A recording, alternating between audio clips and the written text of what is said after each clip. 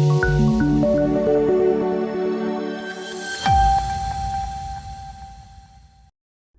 દર્શક મિત્રો, સમાચારની વાત કરવામાં આવે તો મધ્યપ્રદેશના સાગર વિસ્તારમાં લૂંટારુઓએ આઈફોન લઈને જઈ રહેલા ટ્રક પર ધાડ પાડી. મધ્યપ્રદેશના સાગર વિસ્તારમાં લૂંટની એક ચોંકાવનારી ઘટના બની હતી. લૂંટારાઓએ આઈફોન લઈને જઈ રહેલા ટ્રક પર ધાડ પાડી હતી. આ ઘટનામાં 11 કરોડ રૂપિયાના લગભગ 1500 આઈફોનની લૂંટ ચલાવવામાં આવી. અહેવાલ મુજબ લૂંટારુઓએ ટ્રક ચાલકને નશીલા પદાર્થ ખવડાવીને આ સમગ્ર ઘટનાને અંજામ આપ્યો હતો. હવે આ મામલામાં મધ્યપ્રદેશ પોલીસે બેદરકારી બદલ એક પોલીસ કર્મીને સસ્પેન્ડ કરી દીધો છે અને 2 કર્મચારીઓને લાઇન અટેચ કર્યા છે. પોલીસ અધિકારીના જણાવ્યા અનુસાર 15 ઓગસ્ટના રોજ આ લૂંટને અંજામ આપવામાં આવ્યો હતો. ટ્રક ડ્રાઈવરને ડ્રગ્સ આપવામાં આવ્યા બાદ લૂંટ ચલાવવામાં આવી હતી.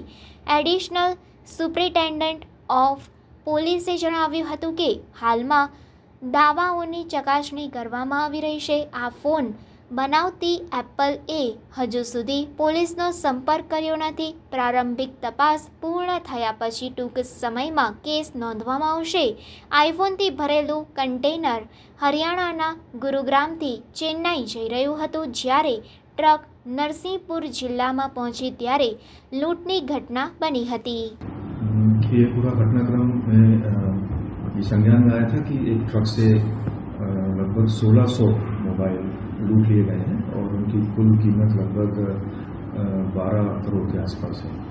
इसमें प्रथम दृष्टया जो जांच हमने शुरू की है उसमें ये पाया है कि जो सिक्योरिटी गार्ड उस वाहन के साथ में चल रहा था, चेन्नई से गुरुग्राम तक का इनका रास्ता था, उस गार्ड ने अपने कुछ सहयोगियों को बुलाकर और ड्राइवर को ओवरपावर किया और जो कुल कंटेनर में लगभग 3800 मोबाइल थे, उनमें से लगभग 1600 को लेके जा सकने में सफल हुए.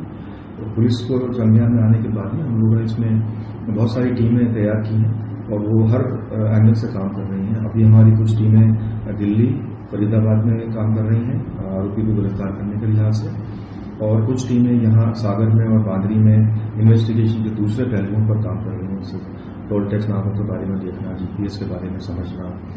और आज जो तीनों इन्वॉल्व कंपनियां हैं, जो पुणे नागल इंडिया जिन्होंने वो मोबाइल फोन्स गुरुग्राम भेजने की कंपनी है, उनके सीनियर रिप्रेजेंटेटिव, जो फ्रेट कंपनी है उसके सीनियर रिप्रेजेंटेटिव, और जो सिक्योरिटी फर्म है उसके सीनियर रिप्रेजेंटेटिव के साथ में डिटेल में बैठक हुई है.